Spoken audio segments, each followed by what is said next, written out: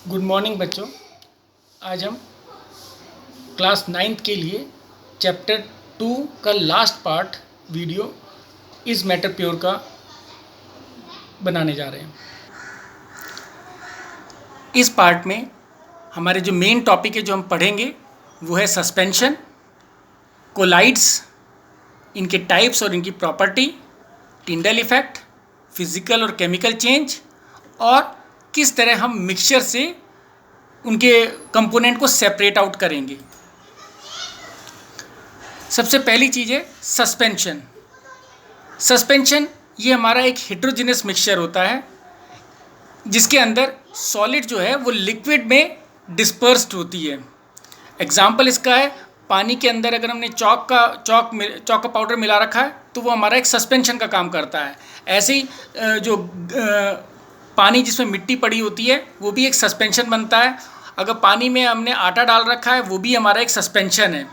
थोड़ी देर सस्पेंशन को रखने से जो हैवी पार्टिकल्स होते हैं, चॉक के पार्टिकल, मड के पार्टिकल या आटे के पार्टिकल, वो थोड़ी देर बाद नीचे बैठ जाते हैं। तो ये एक अनस्टेबल मिक्सचर होता है। A suspension is a heterogeneous mixture in which solute particles do not dissolve but remain suspended throughout the bulk of the medium. अब इसकी प्रॉपर्टी क्या होती है? ये एक हेट्रोजेनस मिक्सचर है। इसमें जो पार्टिकल हैं वो आंखों से देखे जा सकते हैं।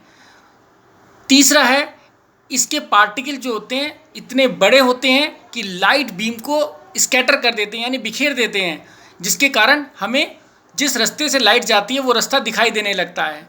ये एक अनस्टेबल मिक्सचर है और इसके जो पार्टिकल्स है उसको फिल्ट्रेशन के थ्रू हम सेपरेट आउट कर सकते हैं। इसके बाद आता है कोलाइड या कोलाइडल सोल्यूशन। इसमें पार्टिकल का साइज जो होता है वो ना ज़्यादा बड़ा होता है ना ज़्यादा छोटा होता है। ट्रू सोल्यूशन और सस्पेंशन के बीच में उनका साइज होता है। इसका एग्जांपल है मिल्क, स्मोक, स्टार्च सोल्यूशन। ये सब हमारे जो कोलाइडल सोल्यूशन के एग्जांपल होते हैं। अगर इसकी प्रॉपर्टी देखते हैं तो ये भी हमारा एक हेट्रोजेनस मिक्सचर है। इसमें पार्टिकल साइज बहुत ज़्यादा छोटा होता है कि वो अकेले हर पार्टिकल को अलग अलग तो नहीं देख सकते, लेकिन फिर भी दिखाई देता है। इसका पार्टिकल साइज बहुत ज़्यादा बड़ा नहीं होता, इसलिए, लेकिन वो लाइट बीम को स्कैटर कर देता है, इसलिए हमें लाइट बीम का रास्ता दिखाई देता है। इसके कोलाइड, लेकिन ये कोलाइड जो होता है, सस्पेंशन तो अनस्टेबल था, ये स्टेबल होता है और इसके जो पार्टिकल्स हैं उनको फिल्ट्रेशन के थ्रू सेपरेट नहीं कर सकते। इसके बाद आता है Tyndall effect. Tyndall effect colloidal solution और सस्पेंशन दोनों में पाया जाता है। टिंडल इफेक्ट तब ऑब्जर्व होता है जब हम एक अंधेरे कमरे में जाते हैं जहाँ पर एक छोटे छेद के थ्रू लाइट आती है, तो अंधेरे कमरे में हमें लाइट का रास्ता दिखाई देता है, तो वो जो इफ़ेक्ट है उसको हम टिंडल इफेक्ट बोलते हैं। ऐसे ही सनलाइट, जब हमारी बहुत घने फॉरेस्ट के बीच में अगर हम सनलाइट को देखते हैं तो सनलाइट का रास्ता हमें नज़र आता है, तो वो भी हमारा एक टिंडल इफेक्ट है। टिंडल इफेक्ट ट्रू सोल्यूशन में नहीं मौजूद होता, बल्कि ये कोलाइडल और सस्पेंशन में होता है। अगर हम कंपोनेंट देखते हैं कोलाइडल सॉल्यूशन के, तो वहाँ पर दो फेज़ होते हैं, उसमें डिस्पर्स फेज़ और dispersion medium. Disperse phase solute को कहते हैं। तो सॉल्यूट जो पार्टिकल में फैले होते हैं उसको हम डिस्पर्स फेज़ कहते हैं, और डिस्पर्शन मीडियम जो सॉल्यूशन में जो ज़्यादा अमाउंट में होता है, यानी सॉल्वेंट, उसको हम डिस्पर्शन मीडियम कहते हैं।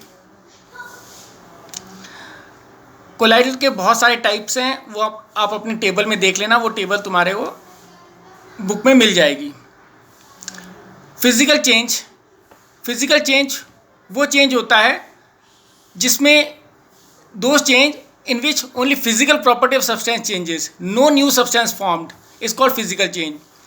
जैसे कि आइस अगर मेल्ट हो गई तो वो सॉलिड से लिक्विड फॉर्म में चेंज हो गई या लिक्विड से गैसेस फॉर्म में चेंज हो गई, तो ये हमारा एक फिजिकल चेंज है। लेकिन आइस मतलब वाटर, तो उसका केमिकल तो चेंज नहीं हुआ, वाटर तो वाटर ही रहा, तो इसका मतलब है ये हमारा एक फिजिकल चेंज है। कांच अगर टूट जाता है, ब्रेकिंग ऑफ ग्लास, ये भी हमारा एक फिजिकल चेंज है।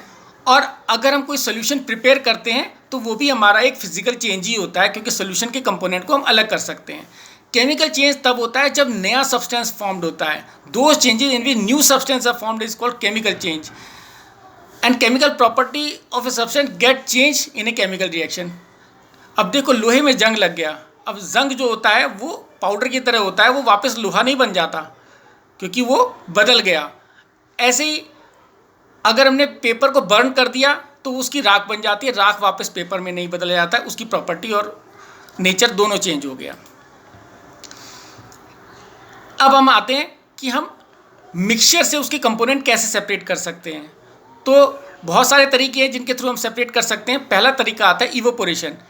इवोपोरेशन यानी कोई अगर पानी में अगर हमने नमक घोल रखा है तो नमक हीट करने पर इवोपोरेट नहीं होता, जबकि पानी हीट करने पर इवोपोरेट हो जाता है। तो हम पानी को गर्म करेंगे तो पानी तो उड़ जाएगा और जो नमक है वो वापस हमारे बीकर में बच जाएगा। ये देखिए, इसमें पानी है और इसमें पानी और नमक का मिक्सचर है। हमने आग लगाई, बर्नर्स के थ्रू आग लगाई तो यहाँ पर क्या हुआ कि पानी इवोपरेट कर गया और नीचे नमक बच गया। इस तरह हमने दोनों चीज़ को सेपरेट आउट कर लिया। तो इसी मेथड से हम समुद्र से नमक निकालते हैं। इसका अगला मेथड है सेंट्रीफ्यूगेशन मेथड। जैसे कोलाइडल पार्टिकल होते हैं दूध के अंदर मक्खन मिला होता है, क्रीम मिली होती है उसके अंदर, वो कभी भी छानने के द्वारा नहीं निकाली जाती।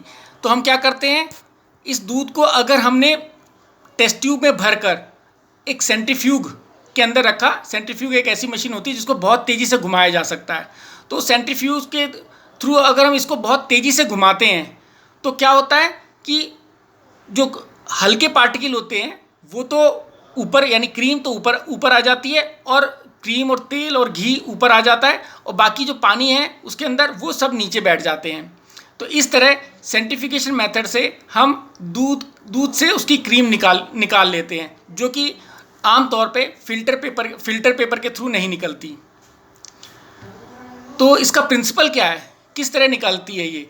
जब हम किसी मिक्सचर को बहुत तेज़ी से घुमाते हैं तो क्या होता है कि एक फोर्स लगता है उसकी तरफ, नीचे की तरफ फोर्स लगता है और वो फोर्स जो है हैवी पार्टिकल को नीचे की तरफ ले जाता है और लाइटर पार्टिकल को ऊपर की तरफ मूव कर देता है, जिसके कारण जो है दोनों चीज़ें सेपरेट आउट हो जाती हैं। और एप्लीकेशन क्या है इसका? पहला तो मैंने तुम्हें बता ही दिया था कि दूध से क्रीम निकालना। दूसरा, वॉशिंग मशीन में जो ड्रायर होता है उसमें जो हम गीले कपड़े डालते हैं और पानी बाहर निकल जाता है, उसका प्रिंसिपल यही है। इसके बाद आता है हमारे पास सेपरेटिंग फनल। सेपरेटिंग फनल दो ऐसी लिक्विड जो आपस में मिलती नहीं है, जैसे हमने पानी के अंदर तेल डाल दिया और उसको हिला दिया तो हम वैसे उसको छान के हम सेपरेट नहीं कर सकते। उसके लिए हमें क्या करना पड़ेगा, उस लिक्विड को थोड़ी देर रखना पड़ेगा और रखने के बाद उस लिक्विड, वो भारी लिक्विड नीचे चले जाएगा, हल्की लिक्विड ऊपर आ जाएगी और इसको सेपरेटिंग फनल, इस फनल में नीचे की तरफ एक छोटा सा फनल टाइप होता है ये, और यहाँ पर एक स्टॉप कॉक लगी होती है। तो हम इसको स्टॉप कॉक खोलते हैं और एक जो बाउंड्री है उस बाउंड्री तक हम, जैसे यहाँ वाटर और केरोसिन था तो वाटर को हम नीचे निकाल लेंगे, ऊपर हमारा इसके ऊपर केरोसिन ऊपर बच जाएगा। इस तरह हम दोनों लिक्विड को सेपरेट आउट कर लेते हैं। इसके बाद आता है सब्लिमेशन। सब्लिमेशन के थ्रू हम ऐसे कंपोनेंट को सेपरेट आउट करते हैं जो सॉलिड से लिक्विड में चेंज नहीं होते, सीधे गैस में चेंज हो जाते हैं।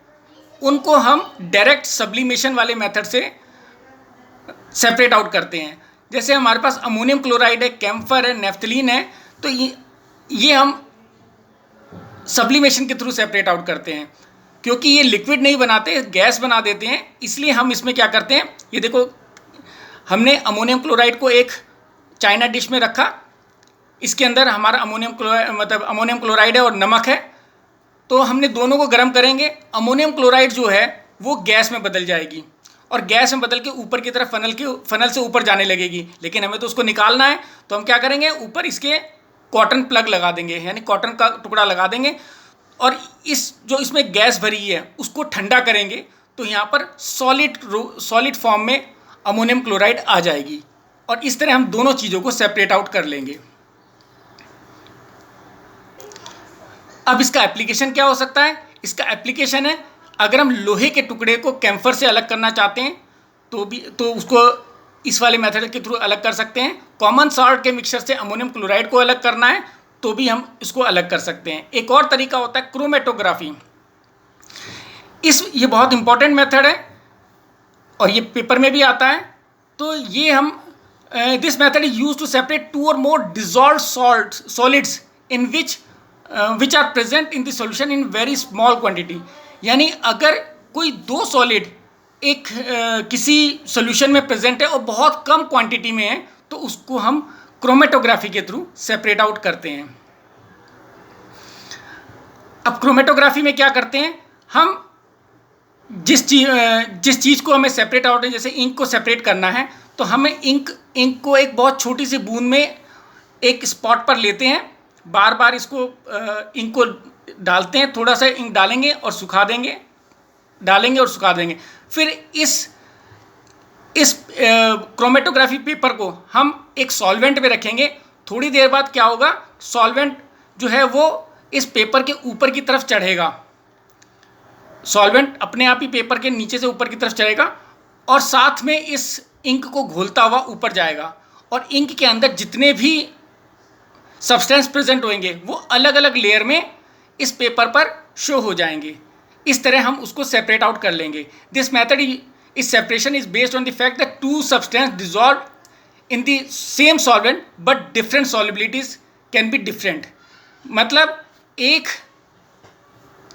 2 सब्सटेंस अगर एक सॉल्वेंट में डिजॉल्व हैं तो उनकी घुलने की ताकत अलग अलग होती है।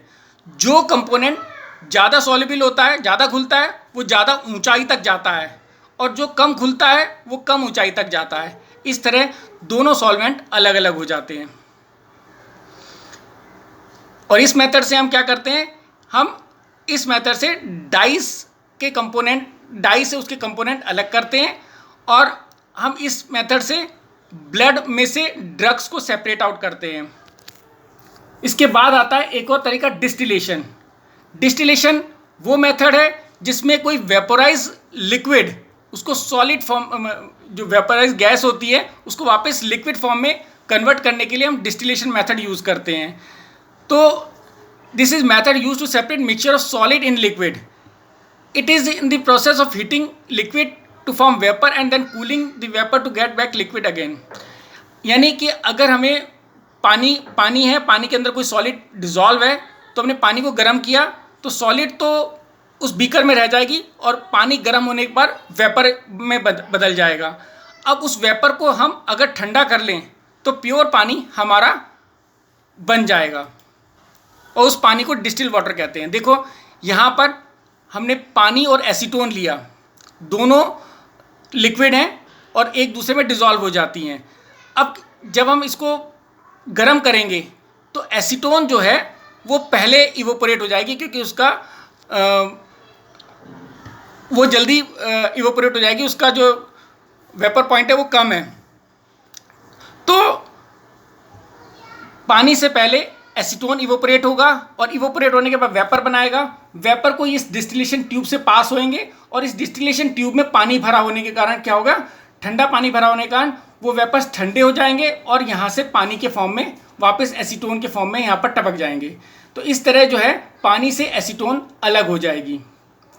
थर्मामीटर के थ्रू हम टेम्परेचर देखते रहते हैं क्योंकि अगर टेम्परेचर वाटर के बराबर हो गया, 100 डिग्री सेंटीग्रेड हो गया, तो वाटर भी इवोपोरेट होना शुरू हो जाता है। तो प्रिंसिपल ऑफ डिस्टिलेशन क्या है, the volatile liquid evaporates on heating which can be removed by cooling its vapour by the process of condensation. यानी इवोपोरेशन के बाद हमें कंडेंसेशन करना पड़ेगा, तब जाके हमें लिक्विड वापस मिल जाएगी। अगर हम इसका एप्लीकेशन करें तो इसमें हम जो सॉल्ट को तो रिमूव कर देते हैं और सी वाटर को ड्रिंकिंग पर्पस के लिए वापस पानी में बदल देंगे। इसके बाद आता है फ्रैक्शनल डिस्टिलेशन। अगर एक ही लिक्विड में 2 या 2 से ज़्यादा लिक्विड हमारी डिजॉल्व हैं तो उसको हम फ्रैक्शनल डिस्टिलेशन मेथड के थ्रू हम सेपरेट आउट करते हैं। इसमें हम जैसे कि देखो यहाँ पर भी फंक्शन तो वही है कि पानी को गर्म करना है और उसके बाद उसको ठंडा करना है, लेकिन इसमें क्या होता है, क्योंकि अगर दोनों पानी के बीच में टेम्परेचर एक ही है, बहुत थोड़ा फ़र्क है टेम्परेचर का, उनके बॉइलिंग पॉइंट में, तो क्या होगा, दोनों एक साथ ही कंडेंस हो जाएंगी और फिर दोबारा मिक्स हो जाएंगी। तो इसके लिए हम क्या करते हैं, ये कांच की बॉलें लगा देते हैं इस फ्रैक्शनेटिंग कॉलम में। इससे क्या होता है कि जो लिक्विड है, जो जिसका मेल्टिंग पॉइंट कम है, वो उसको इवोपोरेट होने में थोड़ा ज़्यादा समय लगता है, और जो पहली लिक्विड है वो उसको टाइम मिल जाता है वो कंडेंसेशन होने का। इसलिए दोनों लिक्विड अलग अलग टाइम पर कंडेंस होती हैं और सेपरेट आउट हो जाती हैं। तो इसमें फ्रैक्शनेटिंग कॉलम यूज होता है। The apparatus used in the process that is similar to simple distillation except fractionating column, which is fitted between the distillation flask and the condenser. The simple fractionating column is a tube packed with glass beads. तो simple fractionating column क्या होता है, वो एक glass Beed यानी कांच की गोलियों से भरा होता है। The beads provide surface for vapour to cool and condense repeatedly. तो ये बीड्स के कारण जो होता है, जो वेपर से बार बार ठंडे होके दोबारा कंडेंस होने के लिए जाते हैं। तो इस तरह ये जो है थोड़ा टाइम मिल जाता है एक लिक्विड को सेपरेट आउट होने में। In the mixture of two and more miscible liquid, the separation of various liquid depend on their boiling points.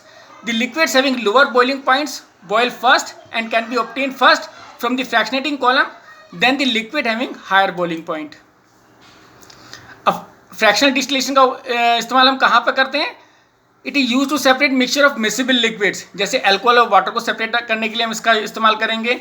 It is used to separate crude oil, यानी पेट्रोलियम के अंदर बहुत सारे ऑयल होते हैं, केरोसिन ऑयल होता है, पेट्रोल होता है, डीजल होता है, तो उसको हम इसी मेथड से सेपरेट आउट करते हैं। It is use to separate different gases of the air by liquid air. तो लिक्विड एयर से हम अलग अलग गैस को भी इसी मेथड से सेपरेट आउट करते हैं। इसके बाद हमारे पास आता है क्रिस्टलाइजेशन। क्रिस्टलाइजेशन मतलब क्रिस्टल का बनना। तो अगर हम कोई चीज़ पानी के अंदर, प्योर सॉलिड अगर हम पानी के अंदर घोल देते हैं, तो crystallization process use to separate pure solid in the form of crystal to form from a solution. The process involves hot concentrated solution of a substance to obtain crystal. तो इसके लिए हम क्या करते हैं, जैसे कि पानी और चीनी का मिक्सचर है, तो हम पानी को इवोपोरेट करेंगे तो पानी बहुत तेज़ी से इवोपोरेट होगा, और जो सॉल्यूशन है उसके अंदर चीनी और पानी दोनों बचेंगे। चीनी का अपनी घुलने की क्षमता होती है, और पानी जब कम होगा, तो जैसे पानी कम होगा, तो जब हमारा लिक्विड बहुत ज़्यादा कंसनट्रेटेड हो जाएगा, तो उसको हम ठंडा होने के लिए रख देते हैं, और जैसे जैसे ठंडा होगा वो, तो उसकी सॉल्युबिलिटी के अकॉर्डिंग जो क्रिस्टल्स हैं वो बन जाएंगे उसके अंदर। तो इस तरह जो सॉलिड प्रेजेंट है वो क्रिस्टल के फॉर्म में बाहर आ जाता है। अब इसका एप्लीकेशन क्या है, जब हम कॉमन सॉल्ट को प्योर करते हैं तो क्रिस्टलाइजेशन प्रोसेस ही हम उसमें अपनाते हैं। इसी तरह हम एलम यानी फिटकरी भी इम्प्योर सैंपल से प्योर फिटकरी भी हम इसी तरह बनाते हैं। इसी तरह हम कॉपर सल्फेट को भी उसके इम्प्योर सैंपल से अलग करते हैं, और इस तरह तुम्हारा ये दूसरा चैप्टर ख़त्म हो जाता है।